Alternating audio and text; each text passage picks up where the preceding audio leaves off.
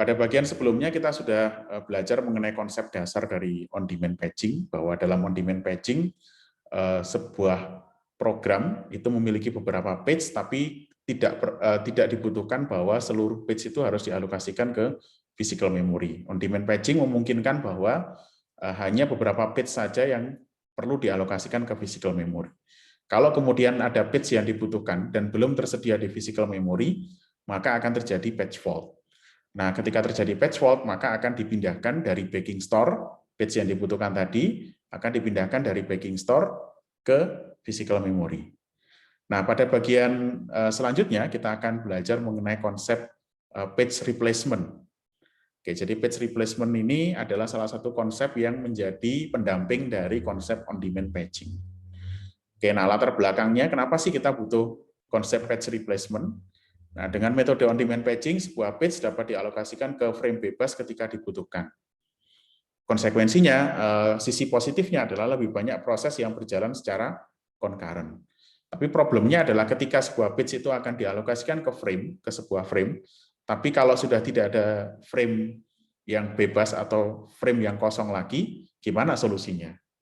Oke, salah satu solusinya adalah dengan menggunakan konsep page replacement. Jadi metode page replacement ini memungkinkan page yang sudah dialokasikan di frame untuk ditukar dengan page yang masih ada di backing store atau yang masih ada di disk. Jadi kalau memang sudah tidak ada lagi frame yang tersedia, maka satu-satunya cara adalah selain kita melakukan alokasi dari backing store ke physical memory, kita juga harus melakukan replacement. Yang ada di physical memory kita pindahkan ke backing store atau kita pindahkan ke disk. Oke, sehingga kita memungkinkan punya konsep bahwa logical memory-nya lebih besar daripada physical memory-nya. Nah, konsep page replacement ini bisa mencegah terjadinya over allocation dengan memasukkan metode page replacement jika terjadi page fault. Jadi dengan metode ini kita bisa menghindari over allocation terhadap sebuah proses.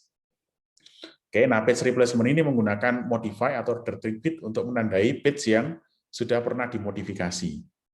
Kalau page-nya belum pernah dimodifikasi, maka tidak perlu dipindahkan ke disk ya, tinggal dihapus saja dari physical memory karena memang tidak ada perubahan terhadap konten dari sebuah frame. Oke, nah ini contohnya ya, ini contohnya proses kebutuhan dari page replacement. Oke, kebutuhan dari page replacement. Oke, nah bagaimana sih algoritma page replacement ini bekerja? Bagaimana mekanisme page replacement ini bekerja? Yang pertama, kita cari lokasi page pada disk. Oke, jadi kalau terjadi page fault, maka harus dipindahkan page tadi dari disk ke physical memory. Maka tugas yang pertama harus dilakukan adalah mencari lokasi page pada disk. Oke, kalau sudah diketemukan, maka akan dicek apakah di memori ada frame bebas atau tidak. Apakah di physical memory ada frame yang siap untuk ditempatkan atau tidak. Oke, jika ada, maka bisa digunakan. Maka kalau jika tidak ada frame bebas, maka kita bisa menggunakan algoritma page replacement untuk memilih satu page yang akan ditukar, yang kita sebut sebagai page korban ya. Jadi victim page. Jadi victim page ini nanti akan kita pindahkan dari physical memory ke backing store ya. Kemudian tempatkan page korban tadi ke backing store hanya jika page tadi sudah pernah dimodifikasi. Oke. Kemudian tempatkan page yang dibutuhkan ke free frame. Jadi kalau memang sudah tidak ada frame bebas lagi, tinggal dipilih salah satu page atau salah satu frame yang akan menjadi victim, akan menjadi korban, kemudian dipindahkan ke backing store, yang dari backing store akan dipindahkan ke free frame yang bebas tadi. Kemudian diupdate page table-nya, kemudian prosesnya akan bisa dijadwalkan ulang untuk kemudian dieksekusi. Nah, ini dasar-dasarnya. Nah, ini contohnya ya.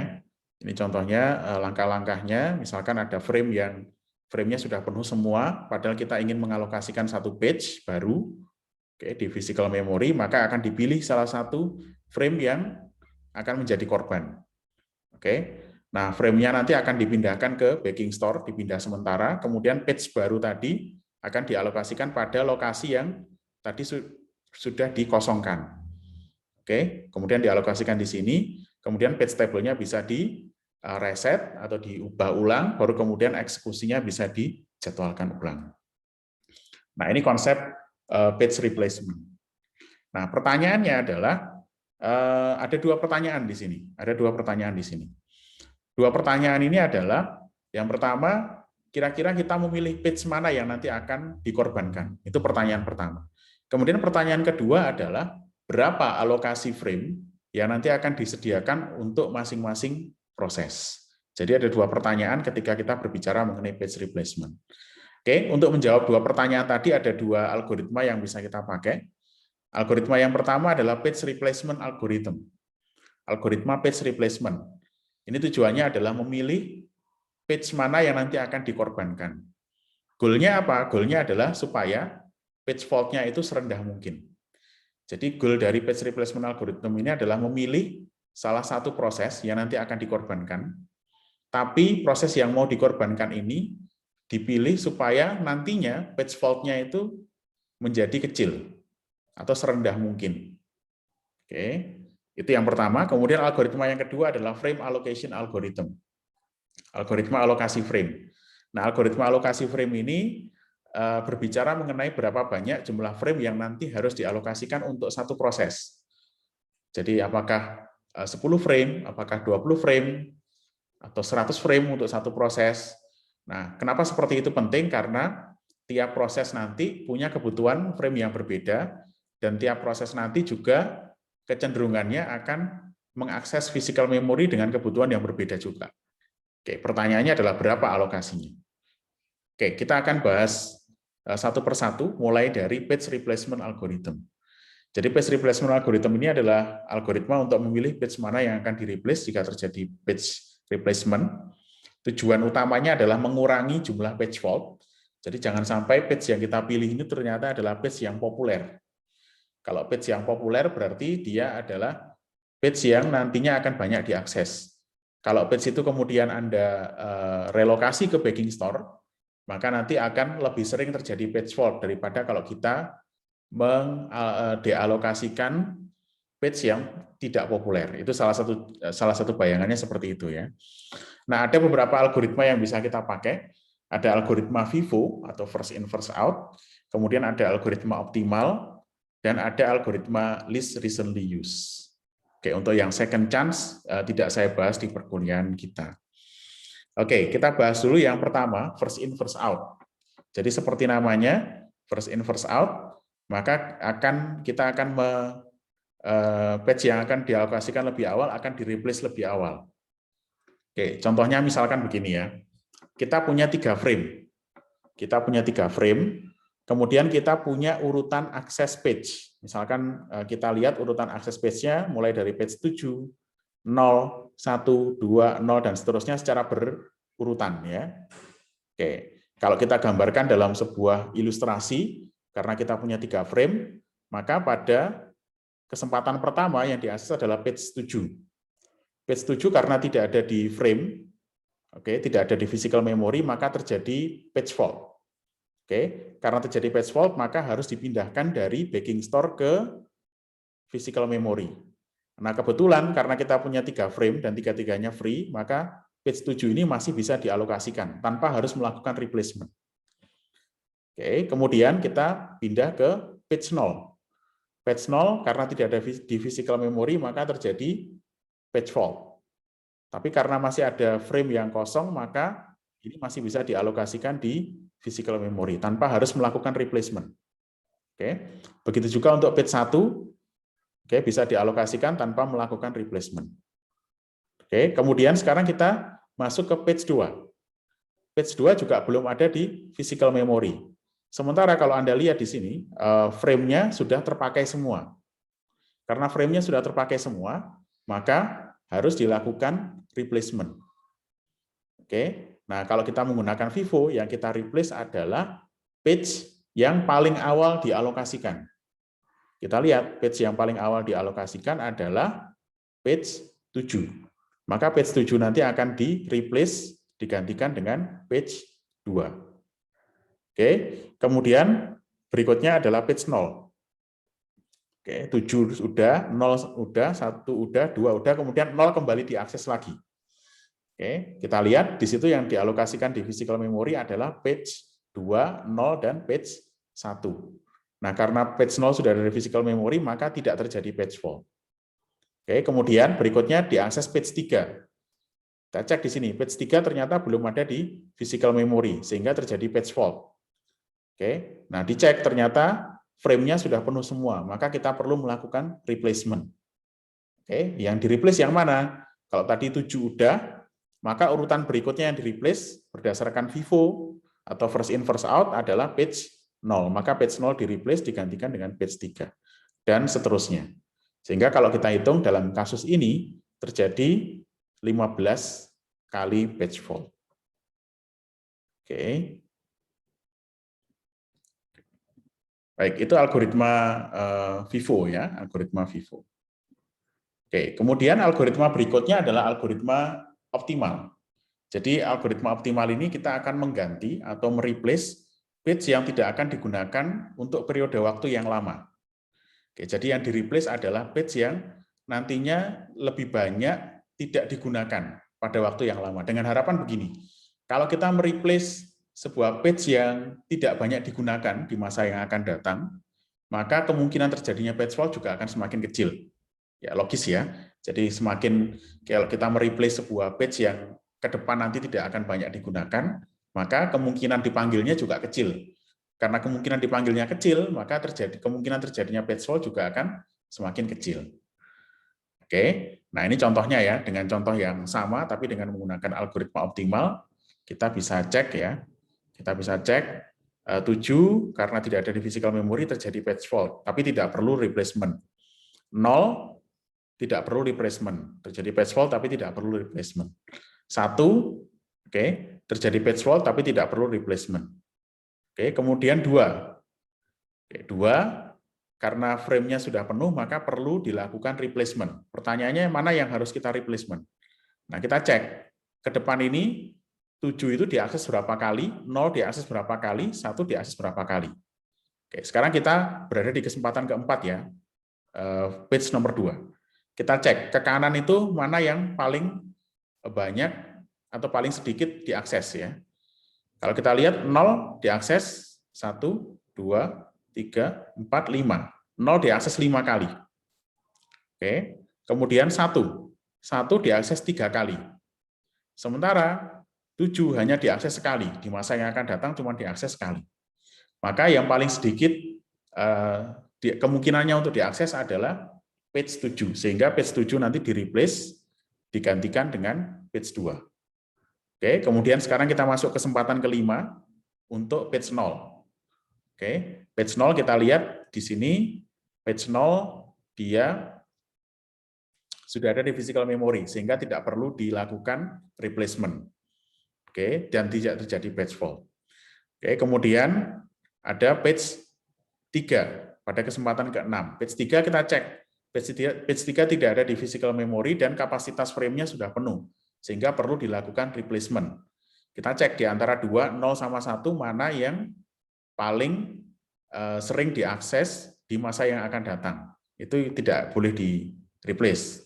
Mana yang paling sedikit diakses di masa yang akan datang, itu yang nanti akan kita replace.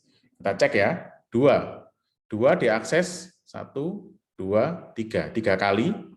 Oke, kemudian 0 diakses 4 kali, dan 1 diakses 3 kali. Maka di sini ada 2 page yang sama-sama diakses hanya 3 kali. Maka bisa dipilih salah satu, misalkan page 1 di-replace digantikan dengan page 3. Dan seterusnya ya. Dengan cara seperti ini sebenarnya kita bisa menghasilkan page fault yang paling minimal. Karena kita mereplace atau mengganti sebuah page yang di masa yang akan datang tidak banyak dipakai.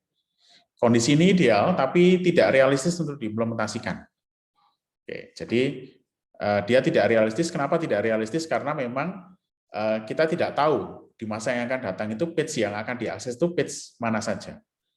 Oke, nah ini algoritma optimal ini hanya berlaku di teori saja. Jadi biasanya dipakai untuk mengukur atau membandingkan dengan algoritma page replacement yang lain. Oke, artinya kalau semakin mendekati kinerja dari optimal algoritma, maka algoritma page replacement tadi adalah algoritma yang semakin baik. Oke.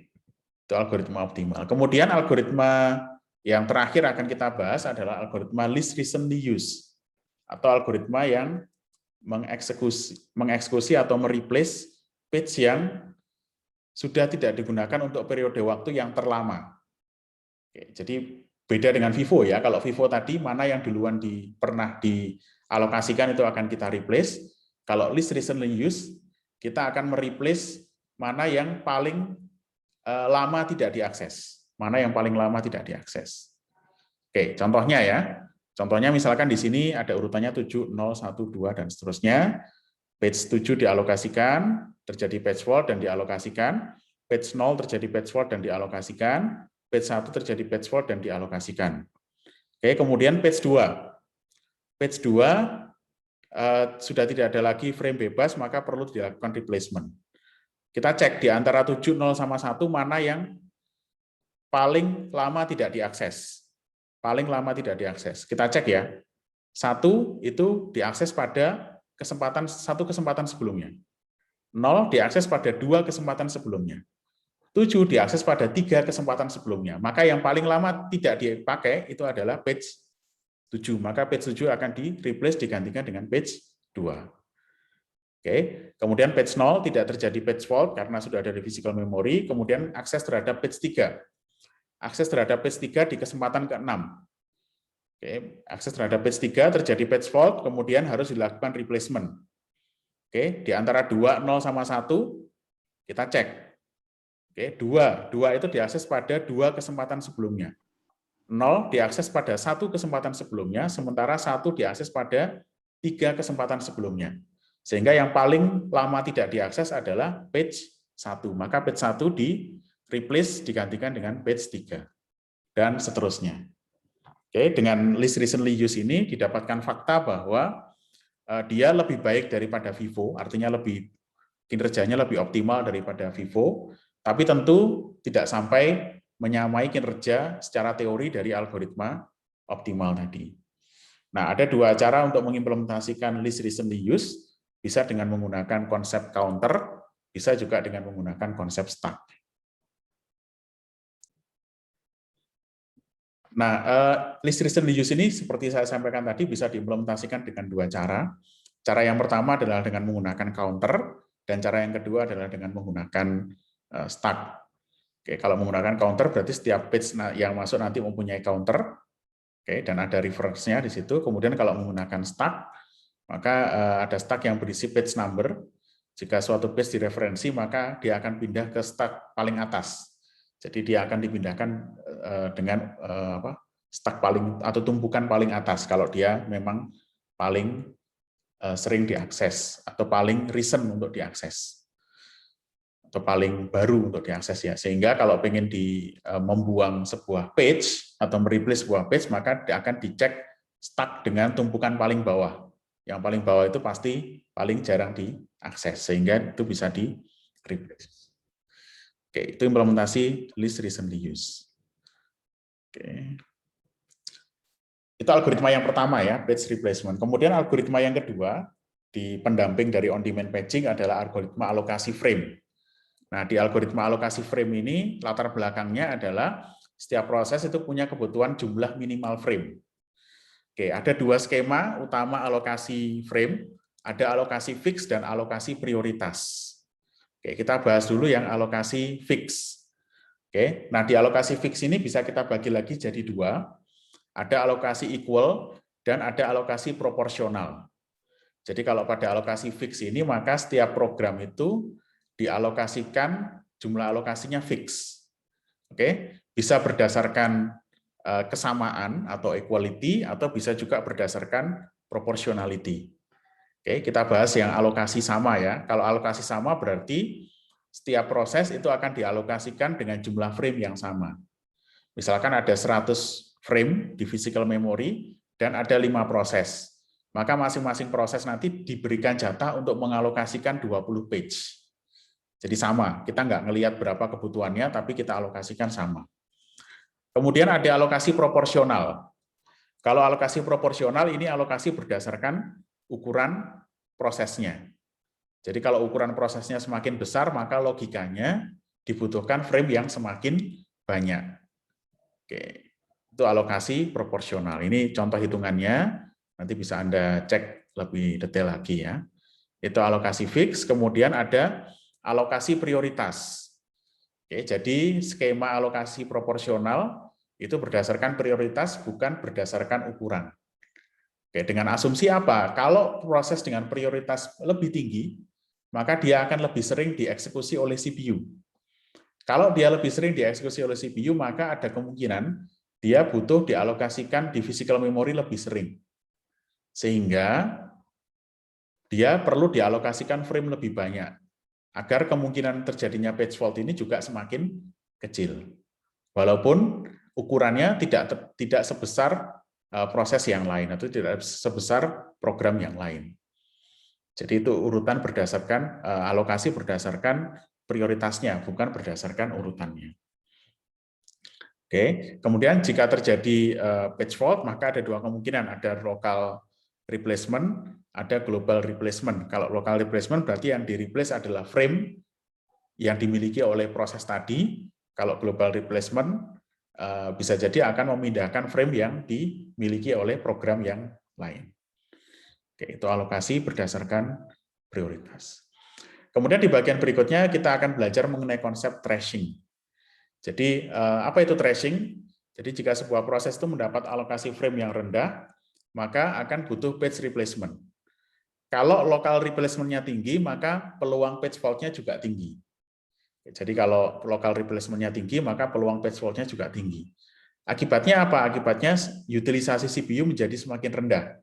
Kenapa menjadi semakin rendah? Karena proses itu sibuk untuk melakukan replacement. Kalau replacement-nya semakin sering, maka semakin sibuk melakukan swapping atau menukar dari disk ke physical memory atau dari physical memory ke disk. Otomatis state-nya akan lebih sering terjadi waiting. Kalau semakin sering terjadi waiting, maka utilisasi CPU-nya juga semakin rendah. Oke, jadi lebih sering terjadi swap in out daripada eksekusi instruksi. Oke, nah kondisi seperti ini disebut dengan kondisi thrashing. Oke, nah untuk mengilustrasikan thrashing ini kita bisa melihat dari sebuah diagram seperti ini ya. Jadi sumbu X-nya adalah degree of multiprogramming. Jadi semakin ke kanan berarti semakin banyak proses yang bisa dialokasikan di physical memory. Oke, otomatis concurrency dan parallelism-nya semakin tinggi. Kemudian sumbu Y-nya adalah CPU utilization, penggunaan CPU-nya.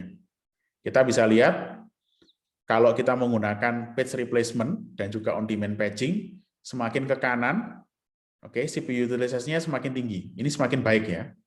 Ini semakin baik. Artinya CPU-nya itu lebih banyak mengeksekusi proses, tidak banyak idle-nya. Oke, semakin tinggi, tapi pada titik tertentu, karena semakin banyak proses yang dialokasikan di physical memory, maka lebih sering terjadi page fault. Kalau lebih sering terjadi page fault, maka lebih sering terjadi waiting state. Kalau lebih sering terjadi waiting state, maka CPU-nya semakin idle. Oke, karena apa? Karena dia nunggu. CPU-nya akan nunggu sampai ada proses yang siap atau ready untuk dieksekusi. Sehingga CPU utilisasinya bisa jadi nanti akan secara drastis akan turun. Ini kondisi yang tidak kita inginkan, kondisi thrashing. Oke, itu ilustrasi terjadinya thrashing.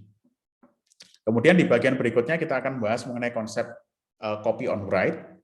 Jadi jika sebuah proses induk itu mengeksekusi sistem call fork, maka akan diciptakan proses anaknya. Jadi ada parent process, ada child process.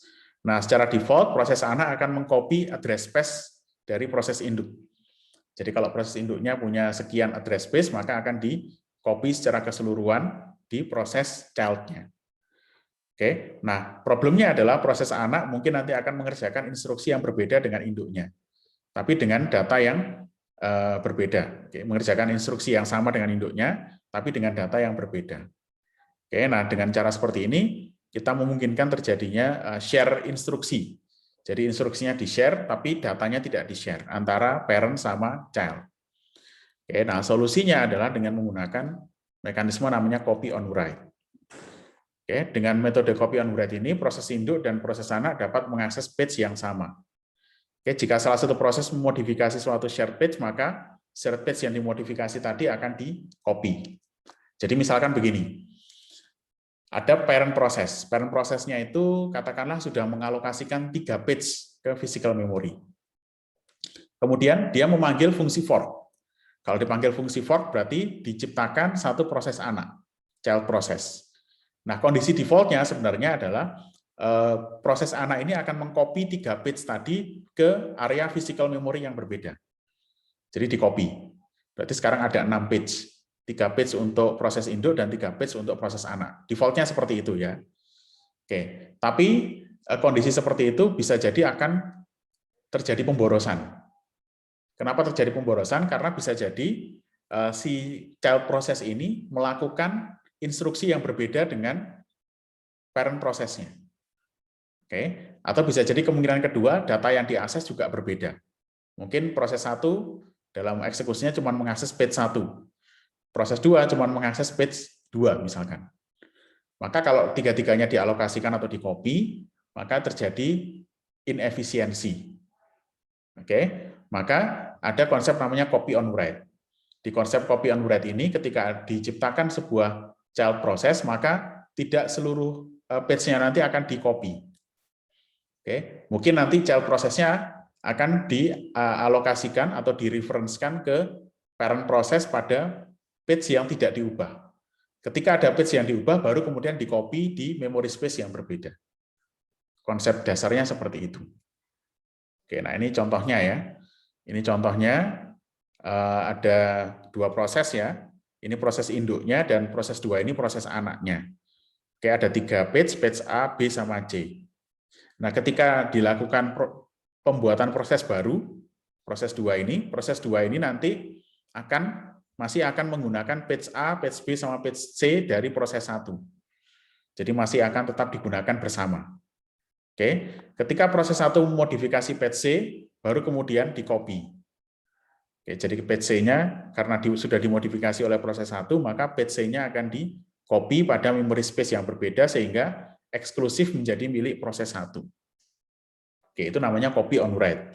Sehingga dengan cara seperti ini kita tidak perlu mengalokasikan 6 page, tapi kita cukup mengalokasikan 4 page saja. Sehingga lebih efisien ketika kita membuat proses baru. Oke. Nah, untuk materi selanjutnya, memory map file ini nanti bisa Anda baca sendiri di textbook ya. Kemudian untuk alokasi memori kernel juga bisa Anda baca sendiri. Oke, baik.